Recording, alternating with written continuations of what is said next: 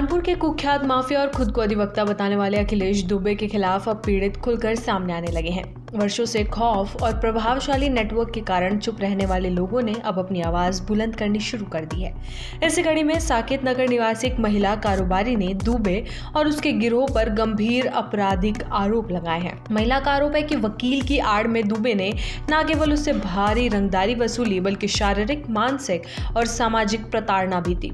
पीड़ित की शिकायत पर अब पूरा मामला एसआईटी को सौंप दिया गया है। महिला कारोबारी ने पुलिस आयुक्त अखिल कुमार को दी तहरीर में विस्तार से अपनी आपत्ति सुनाई। उन्होंने बताया कि वर्ष 2009 में उन्होंने अपने 2 साझेदारों के साथ मिलकर बारादेवी क्षेत्र में एक होटल लोन पर लिया था। होटल व्यवसाय शुरू ही किया था कि अखिलेश दुबे ने संपर्क साधा और 2 लाख रुपए प्रति माह रंगदारी की मांग रखी। पीड़िता का दावा है कि शुरुआत में डर और दबाव के चलते कुछ महीनों तक ये रकम दी गई, लेकिन आर्थिक तंगी के चलते भुगतान बंद करना पड़ा। इसके बाद जो घटनाक्रम शुरू हुआ उसने पीड़िता की जिंदगी को पूरी तरह झकझोर कर रख दिया। जनवरी 2010 में अखिलेश दुबे अपने टाइपिस्ट अजय निगम को धमकाकर भगा दिया और विरोध करने पर महिला कारोबारी से मारपीट कर उनके गहने तक छीन लिए। इस हिंसक घटना के बाद उनके दोनों साझेदारों ने हाथ पीछे खींच लिए और महिला के लिए संघर्ष करती रही।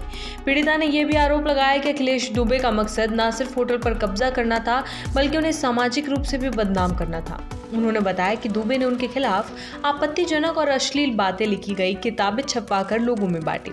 एक बार एक बैंक मैनेजर ने उन्हें ऐसी किताब दी जिसे देखकर वो सन्न रह गई। किताब में उनके चरित्र हनन की कोशिश की गई थी ताकि उनका सामाजिक अस्तित्व ही खत्म हो जाए।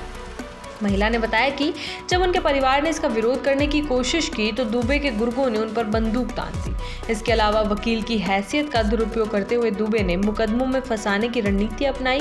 31 मई 2010 को किदवई नगर थाने से एक पेशी का नोटिस भिजवाया गया, जबकि उसी दिन महिला की शादी थी। विवश होकर उन्हें डीजीपी तक गुहार लगानी पड़ी, तब जाकर शादी संपन्न हो सके। महिला का कहना है कि 2009 से 2011 के बीच अखिलेश दुबे और उसके गिरोह ने उनसे लगभग 50 लाख रुपए की वसूली की। डर और धमकियों से परेशान होकर आखिर में उन्हें अपना होटल बेचना पड़ा। वर्ष 2013 तक उनका परिवार इस गैंग की दबंगई और प्रताड़ना से जूझता रहा। उन्होंने कई बार स्थानीय पुलिस में शिकायत दर्ज करवाई, लेकिन एक मुकदमा दर्ज हुआ, लेकिन विवेचना के दौरान मुख्य आरोपी अखिलेश दुबे का नाम सूची से हटा दिया गया और मामला अंतिम रिपोर्ट के साथ बंद कर दिया गया।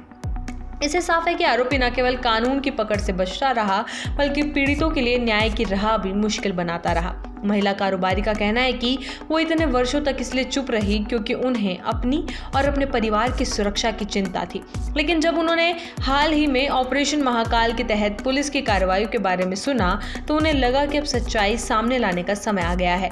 इसी उम्मीद और साहस के साथ उन्होंने पुलिस आयुक्त को तहरीर दी और न्याय की मांग की। महिला का यह भी कहना है कि इस बार उन्हें भरोसा है कि एसआईटी की निष्पक्ष जांच से उन्हें न्याय मिलेगा और दबंग अधिवक्ता अखिलेश दुबे और उसके गिरोह के खिलाफ कड़ी कार्रवाई की जाएगी।